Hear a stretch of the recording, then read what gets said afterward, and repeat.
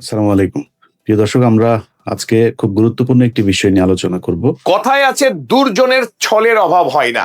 একদিকে Donald Trump যখন ইরানের সঙ্গে মৌ স্বাক্ষর করছেন এবং হরমুজ প্রণালীকে ইরান এবং ওমানের হাতে তুলে দিচ্ছেন, আমেরিকা স্বীকার করে নিয়েছে তাদের এই মৌপত্রে যে হরমুজ ইরান রাষ্ট্রের সার্বভৌম অংশ। আগামী দিনে এই হরমুজ প্রণালী দিয়ে জাহাজ চলাচলের বিষয়ে ইরান এবং ওমান এই দুই রাষ্ট্র অন্যান্য পারস্য উপসাগরীয় রাষ্ট্রের সঙ্গে আলোচনা সাপেক্ষে নীতি নির্ধারণ করবে।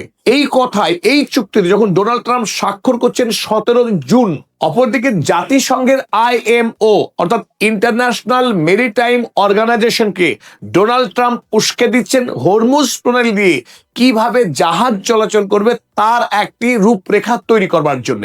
ডোনাল্ড ট্রাম্প ইরানের কাছে যুদ্ধে পরাস্ত হবার পর মৌতে তিনি ঘোষণা করতে বাধ্য হয়েছেন হরমুজ প্রণালী ইরানের, অথচ তিনি মনে প্রাণে এখনো মেনে নিতে পারছেন না যে হরমুজ প্রণালীর মালিক ইরান হয়ে গেল। তাই ইরানের কাছ থেকে যে কোনো মূল্যে হরমুজ প্রণালী কেড়ে নেওয়ার সমস্ত রকম ষড়যন্ত্রে লিপ্ত ডোনাল্ড ট্রাম্প। তাই এই মুহূর্তে জাতিসংঘের এই IMO কে দিয়ে তিনি বাঁকা পথে হরমুজ প্রণালীকে গ্রাস করতে চাইছেন ডোনাল্ড ট্রাম্প। তাই চলুন তিনি কি কি পদক্ষেপ দিয়েছেন, যে পদক্ষেপ নতুন করে এই উত্তেজনা, নতুন করে এই যুদ্ধের জন্য একমাত্র দায়ী বলে আমরা মনে করছি। আপনারা ইতিমধ্যেই জেনে গেছেন G7 এর বৈঠকে ফ্রান্সে এসেছিলেন ডোনাল্ড ট্রাম্প। সেখানেই ম্যাক্রনকে পাশে বসিয়ে তিনি ইরানের সঙ্গে মৌপত্রে স্বাক্ষর করলেন। তারপর 23 জুন আমরা দেখতে পাচ্ছি IMO announces 2 new routes to evacuate stranded ships in the Strait of Hormuz। 23 তারিখে অযাচিতভাবে, অবাঞ্ছিতভাবে এই IMO, জাতিসংঘের এই গুরুত্বপূর্ণ সংস্থা, ইন্টারন্যাশনাল মেরিটাইম অর্গানাইজেশন অর্থাৎ গোটা পৃথিবীতে সামুদ্রিক যে বাণিজ্যিক জাহাজ চলাচল করে সেই সমস্ত আইন কানুন প্রণয়ন করে এই IMO হঠাৎ করে হরমুজ প্রণালী দিয়ে কিভাবে এতদিন ধরে আটকে থাকা জাহাজগুলো বের হবে, চলাচল করবে, সেই বিষয়ে একটা নীতি নির্ধারণ করে, দুটি নতুন রুটের ঘোষণা করে। যদিও ইতিমধ্যেই আমেরিকা এবং ইরান তারা মিলিতভাবে যে মৌয়ে স্বাক্ষর করেছেন সেই মৌয়ের 5 নম্বর ক্লজে স্পষ্ট করে মোটা মোটা করে লেখা আছে যে আগামী দিনে হরমুজ প্রণালী দিয়ে জাহাজ চলাচলের বিষয়ে সমস্ত নিয়ম কানুন যৌথভাবে ঠিক করবে ইরান এবং ওমান। অথচ আকস্মিকভাবে 23 তারিখে এসে এই IMO হরমুজ প্রণালী দিয়ে কিভাবে জাহাজ চলাচল হবে তার জন্য দুটি নতুন রুট ঘোষণা করে দিলেন এবং এও বলে দিলেন এই ঘোষিত রুট দিয়ে এতদিন ধরে যে জাহাজ আটকা পড়েছিল সেই জাহাজগুলো আরব সাগরের দিকে বেরিয়ে যাবে। সেই ঘোষণা মতোই দেখতে পাচ্ছি 25 June a Singaporean flagged Taiwanese operated ship, সিঙ্গাপুরের জাতীয় পতাকাবাহী একটি জাহাজ, সে যে জাহাজকে অপারেট করছিল তাইওয়ানের কর্তৃপক্ষ, সেই জাহাজ যার নাম এভার লাভলি, সেই জাহাজটি tried to pass Hormuz without কমপ্লাইং with Iranian authority. সেই জাহাজ ইরানের কর্তৃপক্ষের সঙ্গে যোগাযোগ না করে, তাদের কাছ থেকে কোনো অনুমতি না নিয়েই এই হরমুজ প্রণালী পার হবার চেষ্টা করছিল। ফলশ্রুতি হিসাবে Iran hit the ship with drone. Iran ওই এভার লাভলি জাহাজকে ড্রোন দিয়ে আক্রমণ করে। তাতে একটি বিষয় ইরান জানিয়ে দেয় যে ইরানের বিনা অনুমতিতে হরমুজ প্রণালী দিয়ে কোনো জাহাজ পার হতে পারবে না। তাতে IMO যা খুশি বলুক, অর্থাৎ ডোনাল্ড ট্রাম্পের এই খেলা ইরান হারে হারেই বুঝতে পেরেছে যে ডোনাল্ড ট্রাম্প একদিকে যখন আইন করে সই করছে যে হরমুজ প্রণালী ইরানের, অপরদিকে IMO করে নতুন রুট খুলে দিচ্ছে, এই দ্বিচারিতা ইরান সহ্য করবে না। কিন্তু আমরা দেখলাম 26 তারিখ রাতের বেলায় US attack Iranian drone and missile sites and a radar in শিরিক। হরমুজ প্রণালীর নিকটে যে শিরিক বলে একটা এলাকা আছে, সেই এলাকাতে রাডারে আক্রমণ করে, আরো দুটি ড্রোন এবং মিসাইল সেন্টারে আক্রমণ করে আমেরিকা যুক্তরাষ্ট্র 26 তারিখের রাতে। অর্থাৎ 25 তারিখে ইরান যখন ওই এভার লাভলি জাহাজে আক্রমণ করলো, তারই প্রতিশোধ হিসেবে আমেরিকা বলছে 26 তারিখে রাতে তারা ইরানের উপরে আক্রমণ করে ফেললো মৌ স্বাক্ষরের পর। অপরদিকে 27 তারিখে আমরা দেখতে পাচ্ছি Iran retaliated on US naval base in Bahrain. 26 তারিখে আমেরিকার আক্রমণের পর ইরান এবার বদলা নেওয়া শুরু করলো। 27 তারিখে বাহরাইনে যে 5th ফ্লিট রয়েছে নেভাল বেস, সেখানে ইরান আক্রমণ চালায়। অপরদিকে 27 তারিখ অর্থাৎ গতকাল বিকেল বেলায় পানামার একটি জাহাজ যার নাম কিকু, সে একই কাজ করে যে কাজ করেছিল ওই সিঙ্গাপুরের পতাকাবাহী জাহাজ। ইরানের কর্তৃপক্ষের অনুমতি না নিয়ে তারাও ওই আইএমওর দেখানো রুট অনুযায়ী হরমুজ প্রণালী পার হবার চেষ্টা করছিল, এবং যা হবার তাই ইরান তাকেও ড্রোন হামলা চালায়।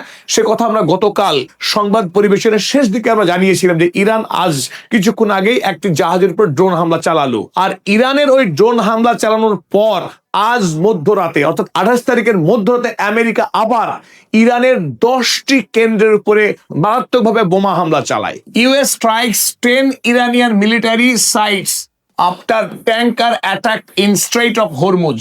যে কথা বলছিলাম আমরা, হরমুজে ইরান জাহাজ আক্রমণ করবার পরই আমেরিকা ইরানের 10টি সামরিক কেন্দ্রে আক্রমণ চালিয়ে দেয়। ইরানের যে সমস্ত জায়গায় আক্রমণ চালিয়েছে আমেরিকা, এই টেলিকমিউনিকেশন টাওয়ারে আক্রমণ করেছে আমেরিকা, আক্রমণ করেছে মিলিটারি টাওয়ার। মিলিটারি একটি টাওয়ার ছিল, সবই হরমুজ এলাকাতেই আক্রমণ চালিয়েছে। মূলত এই কোস্টাল র্যাডার, এটাও হরমুজ প্রণালীর নিকট একটি র্যাডার ছিল, যে র্যাডারের সাহায্যে হরমুজ প্রণালী দিয়ে কোন জাহাজ চলাচল করছে, কোথায় আছে তার অবস্থান জানে ইরান। তাই ইরানের এই টাওয়ার, র্যাডার, এই সমস্ত কেন্দ্রগুলোকে টার্গেট করেছে আমেরিকা যুক্তরাষ্ট্র। আমেরিকা যুক্তরাষ্ট্র কত বোকা, তারা আজও মনে করছে ইরানে এই সমস্ত টাওয়ার র্যাডারে আক্রমণ করে তারা ইরানকে কাবু করবে, হরমুজ প্রণালী কেড়ে নেবে। অতীতে 39 দিন লাগাতার বোমা আক্রমণ করেছিল আমেরিকা এবং ইসরায়েল মিলিতভাবে, কাজ হয়নি। তারপরে বিগত এতদিন ধরে 100 দিনের অধিক সময় অতিক্রান্ত হয়েছে, এতদিন পরেও হরমুজ প্রণালীর ধারে কাছেও ভিড়তে পারেনি আমেরিকা। অথচ সেই একই ভ্রান্তি করেছে আমেরিকা, আক্রমণ করেছে এই ডিফেন্স ব্যাটারি এবং ড্রোন ওয়্যার হাউস, ড্রোনের একটি গোডাউনে আক্রমণ চালিয়েছে আমেরিকা গতকাল রাতে। এবার চলুন দেখে নিই এর বদলা হিসেবে ইরান আমেরিকার কোথায় কোথায় আক্রমণ চালিয়েছে। আজ সকাল থেকেই, মানে ভোর থেকেই কুয়েত, বাহরাইনের একাধিক জায়গায় সাইরেন বাজতে শুরু করে, কারণ ইরান জানিয়ে দিয়েছে তারা ভয়ঙ্কর প্রতিশোধ নেবে আমেরিকার এই আক্রমণের বদলা হিসেবে। তাই কুয়েত এবং বাহরাইনে যতগুলো মার্কিন ঘাঁটি রয়েছে প্রত্যেকটি ঘাঁটিতেই সাইরেন বাজতে শুরু করে। আর ঠিক সেই কথা মতোই বেলা যখন বেড়েছে, তারপরে ইরান শুরু করেছে একটার পর একটা ড্রোন এবং মিসাইল হামলা। ইরানের পক্ষে জানানো হয় দে উইল টেস্ট হেল, তাদেরকে নরকের স্বাদ পাইয়ে দেওয়া হবে। সরাসরি জানায় ইরানের IRGC। Iran says it hit 8 US bases after new American strikes. আমেরিকার আক্রমণের বদলা হিসেবে ইরান আমেরিকার 8টি সামরিক ঘাঁটিতে আক্রমণ চালিয়েছে, যার মধ্যে অন্যতম হলো বাহরাইনের আমেরিকার 5th ফ্লিট, যেটা ইতিমধ্যেই ধ্বংসস্তূপে পরিণত হয়েছে। যেটুকু অংশ এখনো বাকি ছিল ধ্বংসতে, সেই জায়গাগুলিতেও আক্রমণ চালিয়েছে আজ ইরান। ইতিমধ্যেই খবর হয়েছে যে আমেরিকার পক্ষে আর বাহরাইনে এই 5th ফ্লিট চালানো সম্ভব নয়, যেহেতু বাহরাইন ইরানের খুব নিকটে অবস্থিত এবং হরমুজ প্রণালী দিয়েই মার্কিন রণতরীগুলোকে প্রবেশ করতে হয় হরমুজ প্রণালী দিয়ে বাহরাইনে পৌঁছাতে গেলে। তাই আমেরিকা যুক্তরাষ্ট্র ঠিক করেছে এবার নিরাপদ কোনো জায়গা, অর্থাৎ ইসরায়েলে নতুন করে তারা এই 5th ফ্লিট তৈরি করবে, বাহরাইনে আর থাকবে না। তাই পালাবার আগে আরো 2-4 কিল চট দিয়ে দিচ্ছে ইরান আমেরিকাকে। অপরদিকে কুয়েতের আলী আল সালেম এয়ারবেসে আজ বেশ কয়েকবার আক্রমণ চালিয়েছে ইরান। আর এরই মধ্যে আপনারা জেনে গেছেন কুয়েতের ক্যাম্প বুহেরিং নামক যে সামরিক ঘাঁটি ছিল, সেই সামরিক ঘাঁটি সম্পূর্ণরূপে ধ্বংস হয়ে গেছে আমেরিকার। তাই আজকের আক্রমণে আমেরিকার আরো মারাত্মক ক্ষতি হয়েছে তাদের মধ্যপ্রাচ্যের সামরিক ঘাঁটিগুলির। কিন্তু আপনারা এখানে একটা ছবি দেখুন, যে ধ্বংসস্তূপ দেখছেন কেবল কয়েকটা খুঁটি দাঁড়িয়েছে, বাকি সমস্ত ভগ্নস্তূপ হয়ে গেছে, বড় বড় সব বোল্ডার পড়ে রয়েছে এখানে। এটা আজকের ধ্বংসের ছবি। বাহরাইনের একটি রেসিডেন্সিয়াল ব্লক, বড় একটা বাড়ি, যে বাড়িতে ইরানের অভিযোগ মার্কিন সেনারা বাস করত, সেখানে সরাসরি আজকে হামলা চালিয়েছিল ইরান। হামলা চালাবার পর সেটা ভগ্নস্তূপে পরিণত হয়েছে। Residential building damaged in Iranian strike says Bahrain ministry. আর এই কথা বাহরাইনের মন্ত্রীর পক্ষেও স্বীকার করে নেওয়া হয়েছে। বাহরাইনের কর্তৃপক্ষ জানিয়েছে আজকে এই ইরানের আক্রমণের ফলেই এই ধ্বংস হয়েছে।